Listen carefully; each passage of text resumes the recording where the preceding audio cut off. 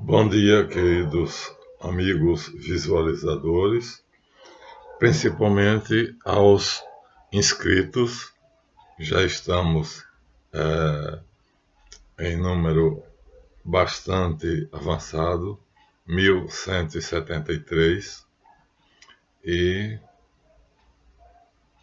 ou 1133, não lembro agora. Mas, de qualquer maneira, aumentamos bastante. Já começamos com 36, né? A nossa meta seria 5.000. E não somente aos inscritos no nosso colégio, no nosso canal, Guia dos Perplexos, mas também aos inscritos no Colégio dos Magos Caldeus para aprofundamento daqueles vídeos que suscitam dúvidas e poderiam, então, levar a outras direções que muita gente quer explorar. Eu não sou a verdade e conheço muitas outras escolas e não me incomoda o fato de um aluno, de um visualizador, querer saber outras possibilidades além daquela que eu exponho. E, acima de tudo, minha imensa gratidão aos meus 8 caribus que me sustentam. Então, vamos continuar o vídeo passado, que foi o 7, esse será o 8º. Bem, no vídeo passado nós tínhamos dito que temos feito uma reunião, constituído uma loja secreta, né? E fizemos uma reunião a qual estava desligada de toda e qualquer obediência, seja das grandes lojas do Rio de Janeiro, seja do Grande Oriente do Brasil. Nós éramos uma célula de maçons livres em loja livre, tal como era na maçonaria antiga e como ainda é hoje na campanhonagem. Então nós éramos campanhões e usamos o nome de maçom porque ninguém saberia o que é um campanhão. São aqueles que não aceitaram a maçonaria moderna. Acharam que ela faria grande mal, seria perversa, não seria aquilo que foi até o ano 1690. Então, eles não aceitaram. Quer dizer, os que não aceitaram, né? Porque alguns aceitaram. Então, aqueles que não aceitaram fundaram uma nova organização com o nome de Compagnonage. E cada membro se chama Compagnon. E se você chamar de maçom, eles vão se sentir ofendidos. Então, nós estávamos em uma loja de companhões, mas sob o nome de maçonaria, porque nós queríamos que a população soubesse que era a maçonaria que estava envolvida. Então, embora nossa metodologia fosse dos colégios de construtores e artesãos, fundados por Nuno Pompílio, e das guildas de ofícios, artes e ofícios, né, da Idade Média, então nós seguimos essa linha. Contudo, nos apresentávamos como se fôssemos maçons, simplesmente, sem nada mais do que isso. Então, a primeira reunião foi um sucesso e todos nos apresentamos. Não vou voltar ao vídeo anterior.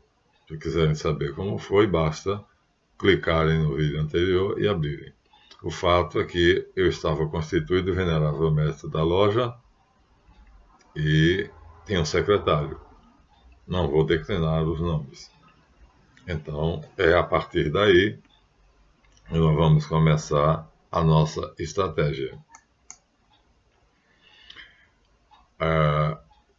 Tínhamos feito nossa reunião na quarta-feira, não procurei ver na minha biografia o dia, não importa. E na madrugada da quarta para quinta-feira, por cerca das 3 horas da manhã, eu acordei muito disposto e fiz um rascunho. Esse rascunho eu mostrarei a vocês, né? É muito simples, mas assim, difícil de compreender. Então, está aqui no meu caderninho, eu vou explicar depois, né? Porque do jeito que está aqui vocês não vão entender. Mas esse rascunho era, vamos dizer assim, o meu trabalho para a primeira edição do jornal Bode. Então, tendo isso já bem claro na minha mente, telefonei na madrugada da quinta, por volta da quinta-feira, portanto, depois da reunião da página da quarta-feira, e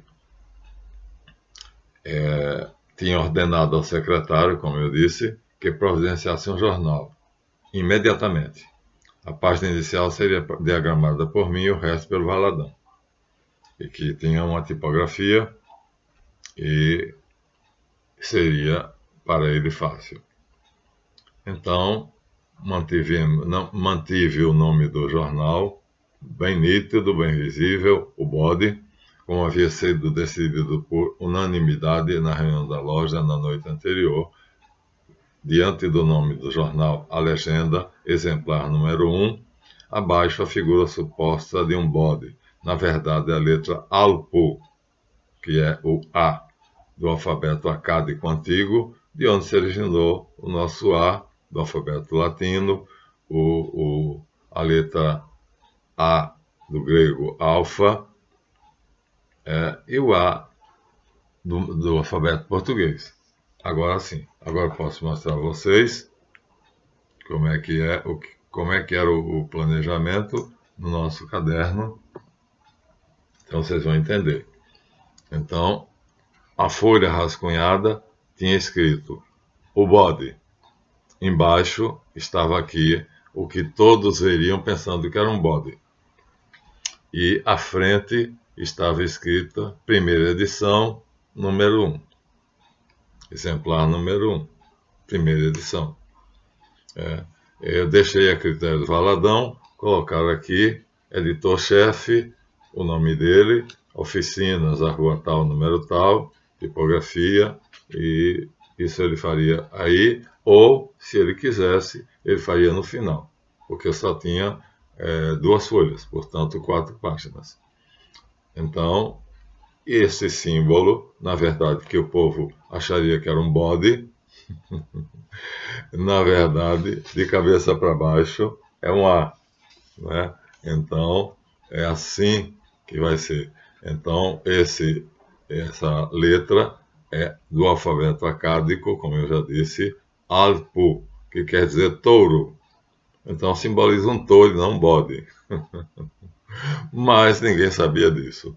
Nem na própria maçonaria eles têm esse conhecimento. Então, vou mostrar aqui a vocês alguns alfabetos antigos, para vocês verem. Vai ser muito importante. Isso era cultura, né? Desculpem, né? Na madrugada minha garganta fica assim. Então aqui nós temos o A no alfabeto hebraico, chamado Aleph. Está aqui, ó, Aleph. Né? É a primeira letra do alfabeto hebraico, o número 1. E vocês vejam que aqui o meu amigo Everaldo, ao fazer, ele colocou, tá vendo? Ó, o bode, né, em acádico. Vejam que ele é muito bom desenhista, então ele fez muito bem feito, né? Era assim. Mas eu também enfeitei um pouquinho as pontas para aparecer as orelhas, né? Os chifres, os 2 chifres lá em cima, e esse traço, que era simplesmente um traço, eu fiz uma curvatura para aparecer as orelhas, a cabeça e as orelhas. Então, você vê que as pessoas não sabiam disso. Alpo quer dizer touro. Mas a figura pode ser interpretada como um bode. Então, principalmente com essa, vamos dizer assim, essa pequena alteração que eu fiz, né, nas pontas, dando a entender que eram as orelhas de um bode. Abaixo, Então, tinha os dados que eu vou explicar, mas vamos mostrar, aproveitar para ensinar a vocês a respeito do alfabeto. Um pouquinho, vocês conhecerem o alfabeto, já que o alfabeto, né, é a principal conquista da civilização, né? Cultura, todo país tem, né? Toda comunidade tem uma cultura, mas civilização só tem a cultura que tem o alfabeto. Olha bem a diferença. A história divide as comunidades em culturais e civilizadas. As comunidades culturais são aquelas que tem a terceira, ágrafas, que não sabem escrever nada. As comunidades culturais que têm alguma coisa que se assemelha, símbolos que se comunicam, né? São desenhos. Sol, lua, braço, olho, qualquer coisa dessa natureza, um pássaro. Então, aí começa o alfabeto. E ele termina chegando, né, na civilização acádica, ele chega a se constituir um alfabeto que vai ser o alfabeto que chega até nós. Não o cuneiforme, né, que é o alfabeto mais difícil do mundo, mas o alfabeto egípcio, né, os hieróglifos, são muito parecidos com as antigas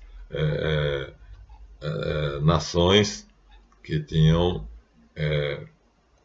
desenhos. Não eram ágrafas, o Egito não era uma cultura ágrafa, mas era o alfabeto deles, meu Deus, o hieroglífico era muito parecido com os desenhos das civilizações que estavam no início da comunicação, enquanto que os sumérios tinham um alfabeto muito, muito complicado, parecia pés de galinha pisando num cimento fresco. É uma coisa, foi o último alfabeto a ser decodificado, como eu disse, né? Então, era isso aqui, ó. O bode, na verdade, é o touro. E aqui está como ele ficou em português. A Everaldo fez aqui como era em acádico, aqui como ficou em português, e aqui como foi que Moisés adaptou para o hebraico. Então aqui nós temos um A em hebraico, escrito Aleph, aqui ó, Aleph, né, que é a primeira letra, a letra número 1, que é o nosso A. Então, se vocês vão se acostumar, no nosso curso de alunos do Colégio dos Magos Caldeus, eles terão que aprender a saber isso de cor, né? Essa é a primeira letra. A última letra do alfabeto acádico e herdada e copiada pelos hebreus tem essa forma. E é Tau. Equivale a um T e parece que tem um pé inchado. Parece assim um teto que tem uma viga que o sustenta e o outro lado parece que é alguém, ou um cachimbo, ou então alguém que tem as pernas finas e o pé inchado de cachaça. Esse pontinho no meio não tem nada a ver. É a questão da pronúncia gutural que nós não temos. Nós pronunciamos tal, e muita gente, estranhamente, na maçonaria, na Rosa Cruz, fala taú. Tem nada a ver com taú, viu? Quem fala taú prova uma ignorância sem nome. Então, primeira letra, Aleph. Última letra, Tal. Isso em hebraico, herdado diretamente do acádico. Agora, vamos ver, não vamos entrar nos hieróglifos, vamos, assim nós iríamos dar a história do alfabeto, não é nossa intenção. Agora vamos ver como é que seria no no grego, né? Porque são as duas línguas mais antigas, chamadas sagradas. Então são o hebraico, o grego e o latim. Então nós vamos dizer a vocês, né? Mostramos o hebraico, né? O Aleph e o Tal, a primeira e a última letra, que equivale no grego a alfa e ômega. Então aqui nós temos no livro das Testemunhas de Jeová, a capa apagou-se, as letras eram em dourado, viu? Eram lindas, isso aqui era dourado, mas com o tempo se apagou. Quer dizer, já tem bastante tempo que eu ganhei do irmão Nilo, quando eu conversava com ele. Era uma pessoa de grande cultura, era um sargento reformado que sofreu um acidente aéreo, mas o que tinha aqui na capa está aqui. Está em inglês, ó. The Kingdom Interlinear Translation of the Greek Scriptures. A tradução interlinear do reino, a tradução interlinear das escrituras gregas do reino, né? O reino é assim que eles se identificam, né? O reino. Então, eles já são o reino de Deus. E aqui tem como são registrados The World Bible Translation Committee, o Comitê Mundial Bíblico de Tradução. Mas tudo isso aqui revisto por dois grandes peritos na escritura, portanto, é feito com bastante correção, muita coisa que corrige o que a Bíblia católica e protestante traz. Westcott and Hort, ou seja, são dois peritos que, através de um programa de computação, corrigiram certas passagens, tanto do Antigo quanto do Novo Testamento. Mas aqui nós só temos as escrituras do Novo Testamento, gregas, porque do Antigo Testamento são hebraicas, escritas em hebraico. Hebraico, aramaico ou árabe. Então foi Esdras quem disse que só se aceitaria no Antigo Testamento os textos que fossem escritos em hebraico, aramaico ou árabe. E aí ficou fora o livro de Macabeus, que é escrito em grego, e o Eclesiástico de Jesus Ben Siraque, que é uma joia, é uma obra-prima. Ficou de fora. Então, um absurdo. Mas Esdras tinha as ideias dele, eram todas voltadas para o dinheiro, o ouro. Para ele não importavam as escrituras. Então, na verdade, a gente chama Testemunha de Jeová, mas eles chamam, na revista Sentinela, eles chamam tradução das Sagradas Escrituras do Reino. E aqui nós temos o privilégio, quando eu quero tirar dúvidas, aqui não só tem o original em grego, não vai ser fácil vocês verem, mas é muito pequenininho. Mas aqui está o original grego e interlinear, ó, aqui em cima tem a palavra grega. Vamos pegar no início. Eu marquei alguma coisa aqui. Não tem nada, fica para lá. Se caiu é porque não era preciso. Vamos pegar o início, vamos. Vamos pegar o início, porque assim ficará mais fácil. Então, aqui está, ó. Direitos reservados. Copyright 1969. Direitos reservados 1969. By Watchtower Bible, Sociedade de Torre de Vigia, and the Turkish Society of Pennsylvania. E Sociedade da Pensilvânia. Primeira edição, 5.000 cópias. Segunda edição, 200.000 cópias. Então, publicado pela Sociedade de Torre de Vigia e Sociedade de Nova York. Associação dos Estudos Bíblicos Internacionais, Brooklyn, New York, United States of America. Made in the United States of America. Então, é pequenininha as letras. Isso é muito ruim.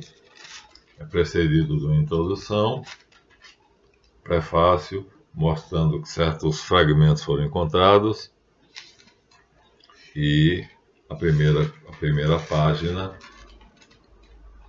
o Evangelho de Mateus, estava marcado em João.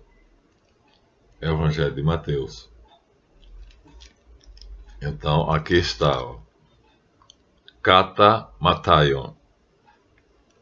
Em grego, aqui está escrito Kata, segundo, Mataion.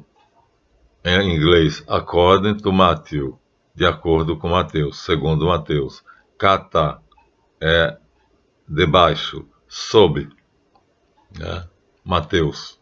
Então eles fazem assim: grego em cima, inglês embaixo. Então aqui é o melhor exemplar para vocês, porque tudo mais é assim. Só que o resto é bem pequenininho, né?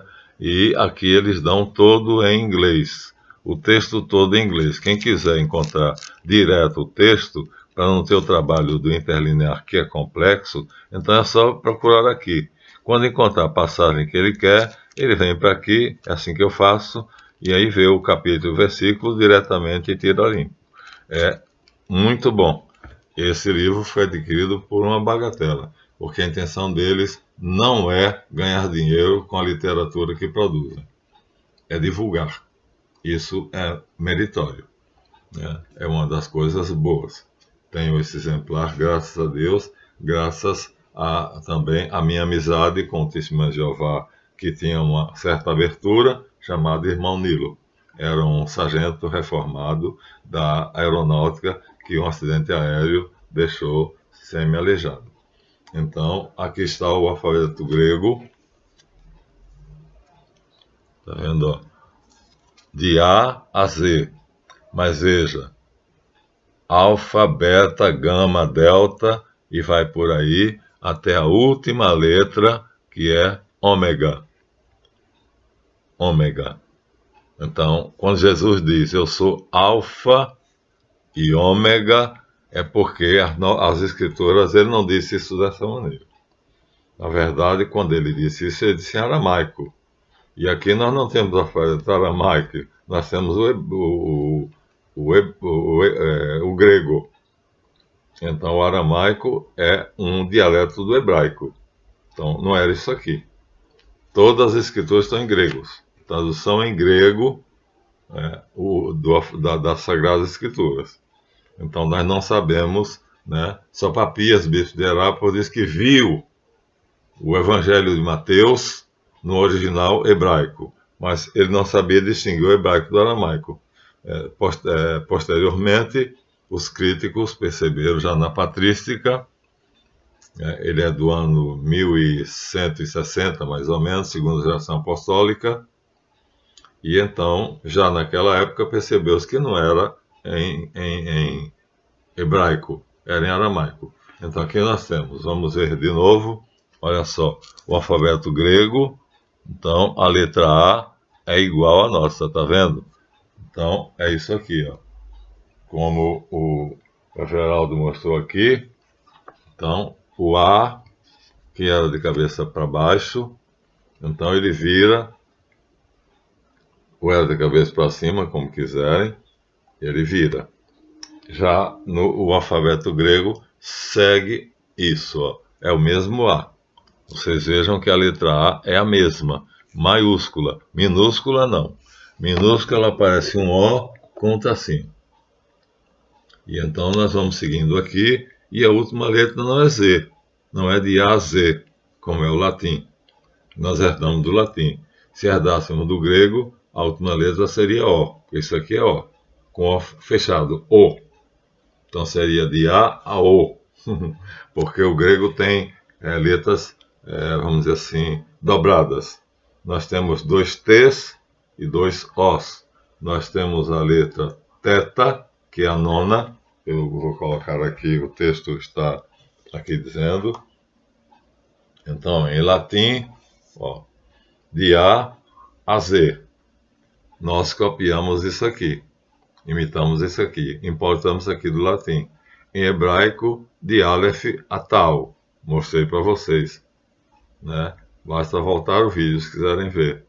E em grego, o Aleph é a primeira letra, mas o Tau é a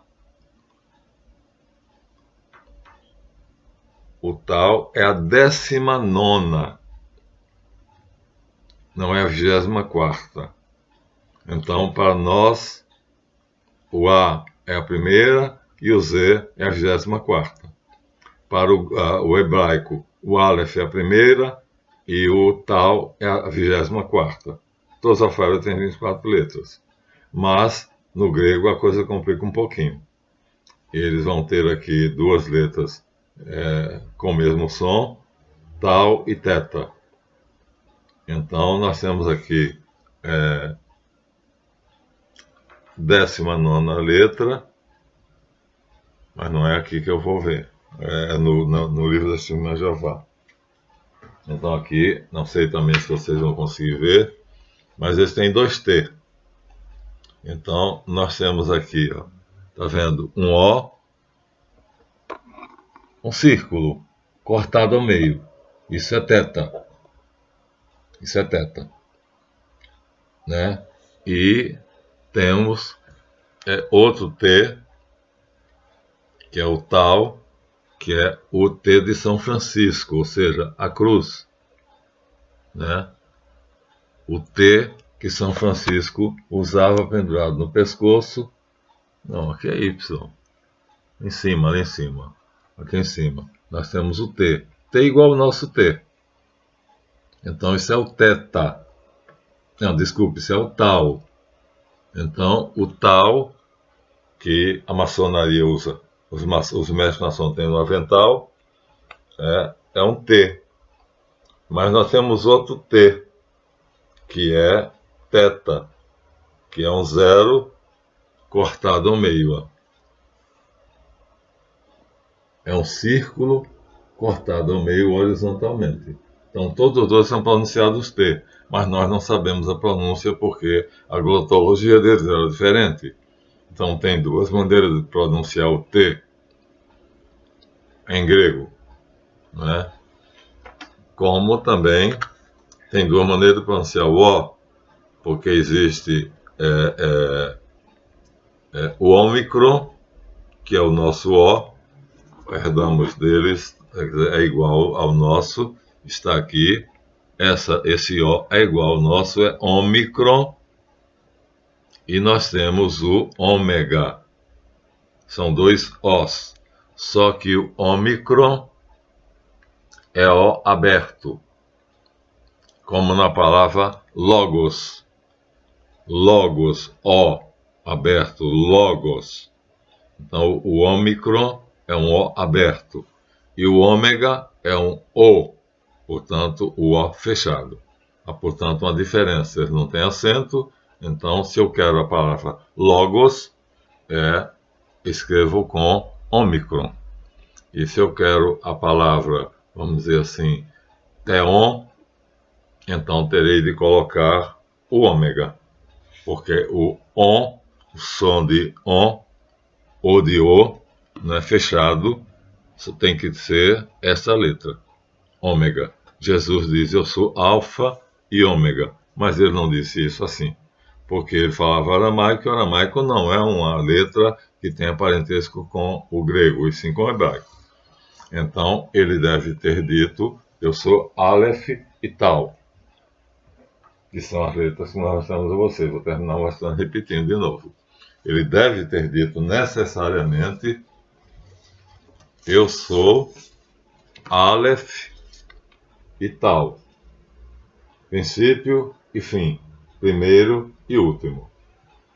Mas não era exatamente também assim, porque o aramaico é um dialeto do hebraico. Então não era isso. Isso aqui é hebraico. E o hebraico caiu em desuso quando Alexandre da Macedônia passou a conquistou o Império Persa. Os macedônios helenizaram o mundo, a cultura helenística tomou conta do mundo, e então passou-se a falar o grego koiné, popular. E aí, depois, os sírios invadiram a Palestina e a família dos Macabeus, que eram asmoneus, a Macabeus é como, vamos dizer assim, Luiz Lula Inácio da Silva, Lula, o nome é Luiz, então a pancada, eles tinham uma força no braço em comum com o Carlos Magno, né, como Arthur, como Átila, eles tinham uma força terrível nessa parte do corpo, nas articulações do ombro, da escápula e do antebraço, do braço. Então a pancada da espada deles era terrível, e essa família foi quem liderou a rebelião para libertar os judeus do domínio sírio. Então eram asmoneus. Matatias Asmoneu era um dos sacerdotes, não era sumo sacerdote, era um sacerdote, que iniciou a rebelião matando um sírio, um soldado sírio, que queria obrigá-lo a se ajoelhar diante de uma imagem de Baal.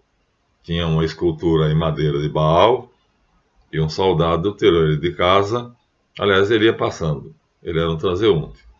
Ele ia passando, quando o soldado chamou ele, vem cá, se ajoelha diante de Baal e presta homenagem a ele. Ele sacou da espada, porque todo mundo andava armado. Olha, ele era levita, ele era um sacerdote da tribo de Levi. Mas aí era tal, a pá de pedreiro numa mão e a espada na outra, né? Então eles tanto construíam como matavam. E ele então sacou da espada e atravessou, né, o diafragma, que é um ponto vital, né? Furando o diafragma, você perfura os pulmões e há uma hemorragia interna que faz a pessoa morrer quase que imediatamente. Então, Matatias Asmoneu era apenas um levita, já de certa idade, mas tinha 3 filhos. Judas, Macabeus era o mais velho, e por isso era chamado Macabeu, porque a pancada do braço dele era muito forte. Jonatas, e não me lembro o nome do terceiro. Mas Judas e Jonatas são importantes, porque Judas é depois que o pai morre, ele assume a liderança. O pai começa a rebelião e vai para as montanhas se esconder. Vai fazer terrorismo vamos dizer assim, desce as montanhas e aí faz aquela guerrilha, mata quem pode e sobe a montanha de novo. Como eles conheciam a minha região da Palestina, os sírios não conheciam, a Síria é vizinha da Palestina, mas os sírios não conheciam a Palestina. Então eles se refugiaram nas montanhas. Quando viam um acampamento sírio, eles desciam, um bando bem armado, preparado, e atacavam o acampamento sírio, e assim destruíam, né, os soldados com facilidade. Aquele pequeno grupo, às vezes de 50, 100 soldados, era massacrado. E foi através dessa guerrilha que ele conseguiu lentamente o apoio do Egito, Alexandre Balas, mas depois ele foi morto em batalha e foi sucedido pelo outro irmão, que foi preso, não lembro não agora, e morto, e quem ficou vivo foi o mais novo, Jonatas Macabeu, que terminou ganhando a guerra. Ou seja, quem terminou vitorioso foi Jonatas. Foi o que colheu os frutos de uma guerra muito justa, porque a liberdade religiosa, volto a afirmar, é uma das coisas mais preciosas para a humanidade. Então, não concordo que a Igreja Romana, lá, eu tive revisando a história da Igreja, foi Teodósio quem revogou o edito de tolerância de Constantino. Então, Constantino, né, os imperadores anteriores a ele matavam os cristãos. O que é que ele fez? Através da influência da mãe dele, Santa Helena, ele edita, né, o edito de tolerância, que permite que os cristãos pratiquem livremente sua religião. Aí vem depois dele alguns, e logo depois vem Teodósio, que revoga o edito de Constantino e torna o catolicismo obrigatório. Mas o pessoal ainda está acostumado um pouco as ideias de Constantino e ainda fica uma coisa meio, vamos dizer assim, não tão completa. Finalmente, Justiniano, no ano 600, ele então faz um código de leis gerais chamado Codex Iuris Justinianus, que é completo, né? E aí ele obriga mesmo. Aí, se você não for católico, você vai ser punido. Logo, logo vai começar a Inquisição. No ano 1000 vai começar a Inquisição. Então, de Justiniano para a Inquisição vai ter 400 anos. Mas é ele quem dá essa, vamos dizer assim, a força, porque é através do Código Justiniano que a Igreja Católica vai ter força legal, vai estar amparada pela justiça para poder fundar o Tribunal da Inquisição. Na verdade, não foi a Igreja Católica, viu? Foram os nobres, a nobreza católica quem fundou. Na verdade, não fundou. Na verdade, fizeram um tipo de associação para matar todo herege, todos os hereges, porque os albigenses fizeram um perigo. E aí, o Papa, eles matavam assim, sem direito a julgamento. Ah, fulano de tal é albigense. Eles iam lá, pegavam o cara, enforcava, apedrejava ou enfiava uma lança ou uma espada. Então, o Papa de Roma decidiu dar direito de ampla defesa. Então, vejam bem, o que o Papa fez à Santa Inquisição deveria ser realmente santa, porque a ideia de Roma era dar o direito de ampla defesa. Ou seja, a nobreza matava impiedosamente e sem julgamento. Portanto, podia matar o inocente. Se eu não gostasse de alguém, podia dizer que ele era albigense ou que ele era ariano, e aí a população matava imediatamente, né? Então, o Papa de Roma fez uma organização, codificou como devia funcionar, de tal maneira que o acusado fosse apenas preso. Foi assim que aconteceu com Galileu, foi assim que aconteceu com Giordano Bruno, e tivesse direito a ampla defesa. Então, a ideia do Papa de Roma era boa, só que quem fazia isso eram os bispos. E aí cada bispo tinha o seu interesse. E como os acusados geralmente eram ricos, a primeira coisa que o bispo pensava era no dinheiro dele. Então já dirigia tudo para condená-lo à morte, para ficar com o Estado herdava a fortuna do morto. Então aí foi a perversão, né?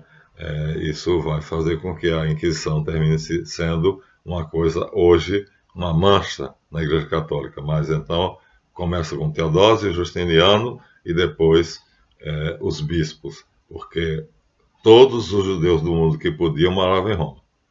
Sob a jurisdição do Papa, eles tinham certeza de que havia justiça. Então vejam bem, esse canal não fala mentira. A ideia do Papa era evitar a execução sumária e dar ao condenado ou ao suspeito amplo direito de defesa. Cauchon, arcebispo da Normandia, quando Joana d'Arc passou um tempo lá para celebrar a vitória, porque a Normandia é o limite com o estreito, não sei como é que é o nome agora do estreito, que separa a França da Inglaterra. Então, ela foi lá para comemorar a vitória. E ele recebeu um dinheiro do rei da Inglaterra, porque odiava ela, já que a Inglaterra tinha a França nas mãos e perdeu por causa dela. Então, subornou Cauchon, e Cauchon disse que Joana d'Arc era uma bruxa, porque não tinha poderes sobrenaturais, era uma paranormal, simplesmente.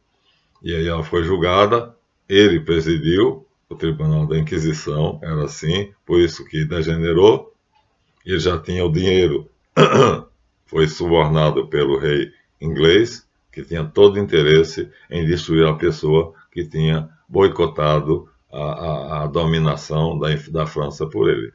E assim, o bispo Cauchon matou Joana d'Arc como bruxa, feiticeira.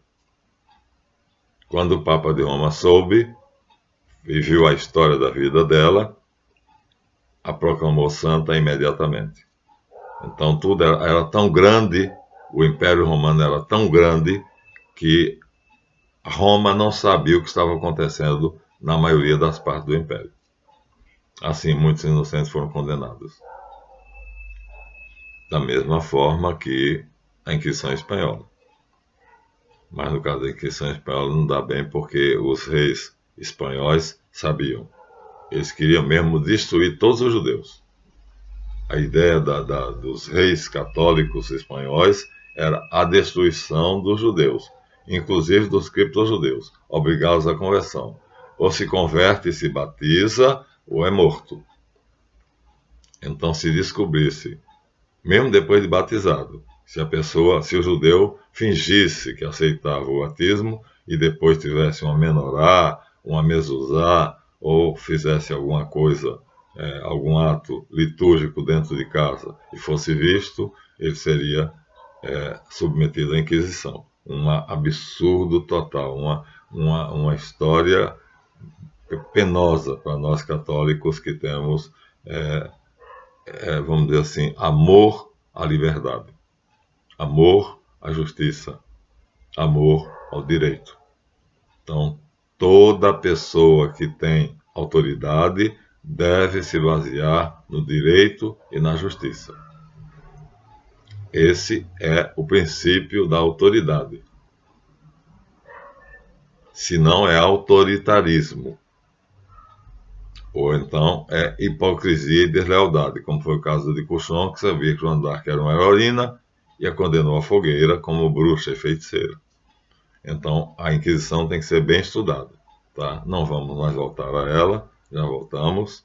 Teve pouca audiência porque a literatice, né, do movimento sionista mundial coloca ela como sendo o Papa de Roma. Não, é como eu disse aqui. O Papa apenas organizou para dar amplo direito de defesa. Né? Santo Inácio de Loyola foi julgado 3 vezes pela Inquisição. Todas as 3 vezes ele saiu ileso. Depois foi declarado santo. Por quê? Porque foi julgado em Roma. Foi esperto, né?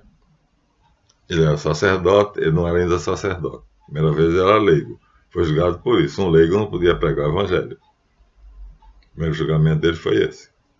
Depois, já como sacerdote, ele foi julgado porque a metodologia deles de educar, né, um sacerdote era muito semelhante à metodologia dos cavaleiros templários que tinham sido condenados no ano 1313, né, pelo Papa Clemente V.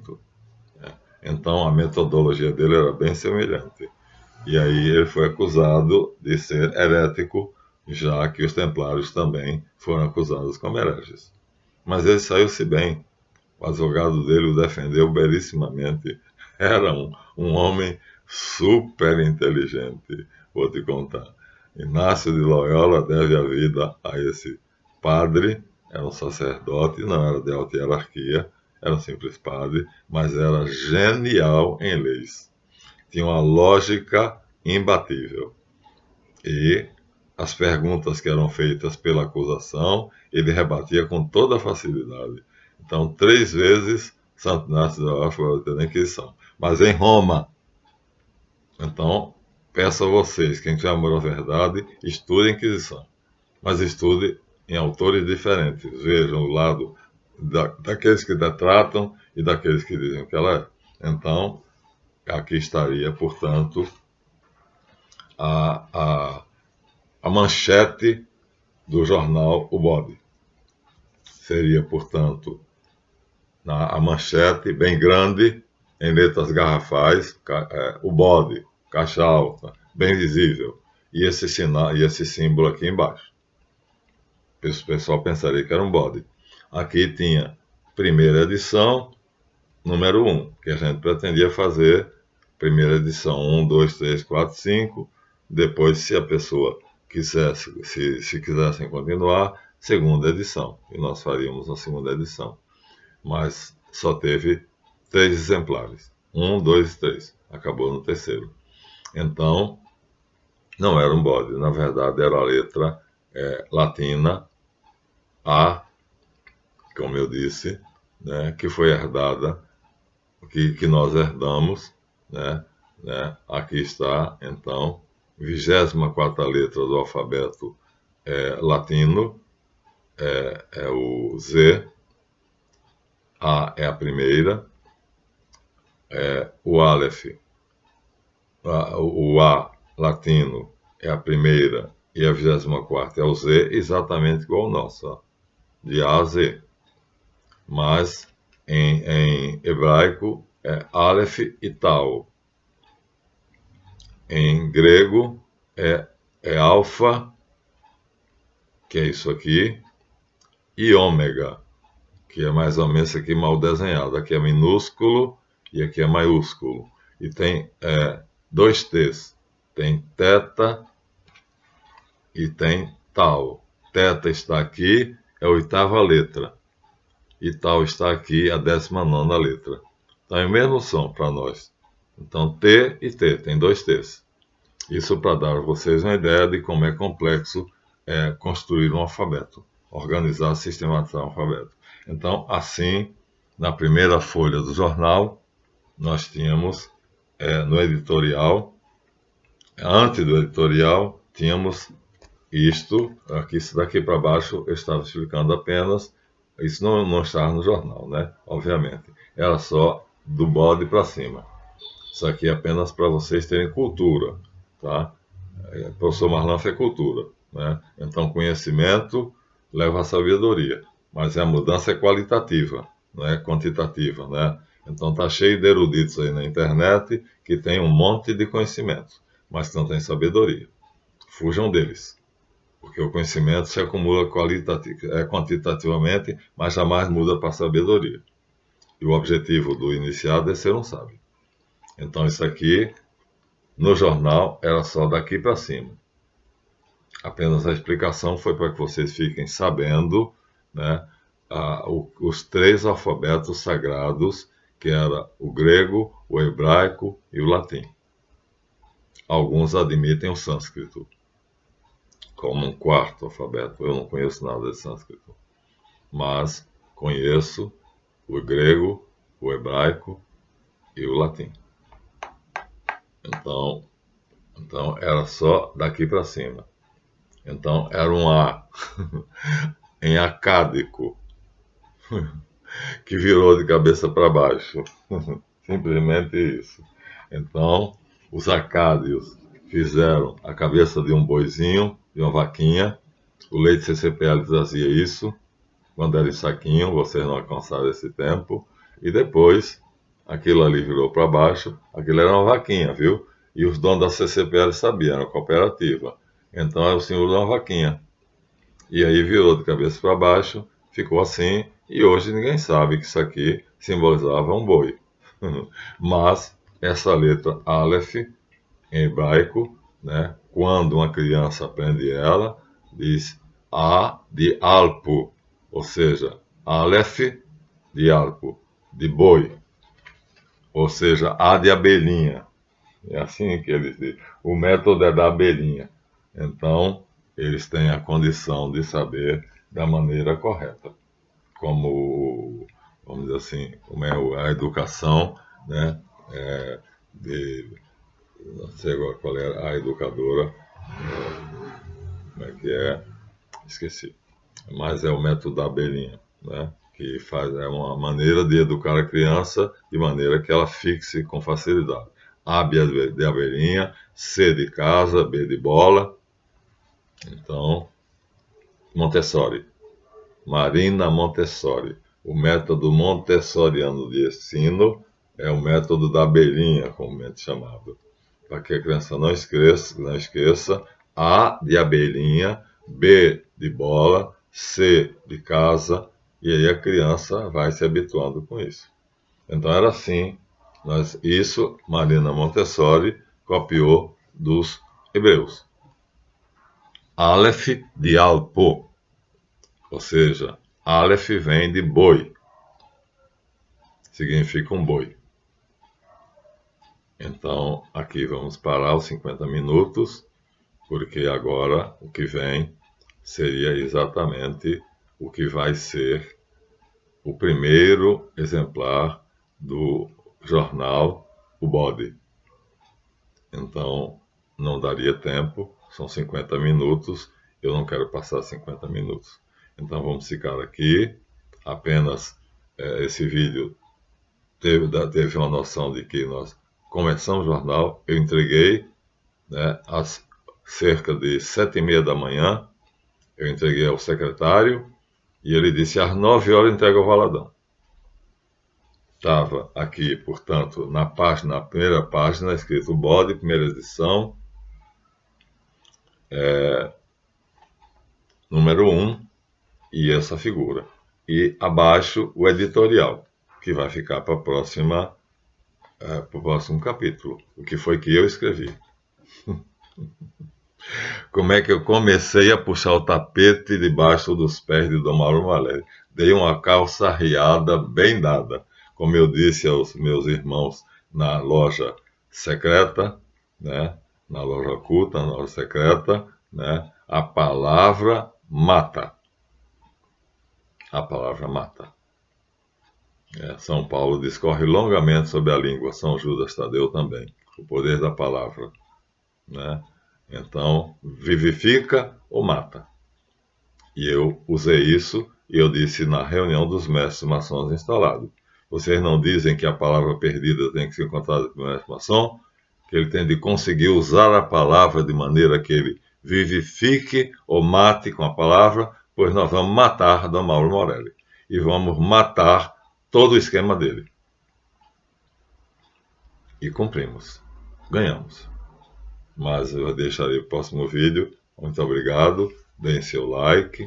Continue. As inscrições estão muito lentas. Eu não sei o que acontece. O pessoal vê. Eu estou aumentando o número de visualizações absurdamente. Até pouco tempo atrás, 2 meses atrás, eu tinha 7.000 inscritos.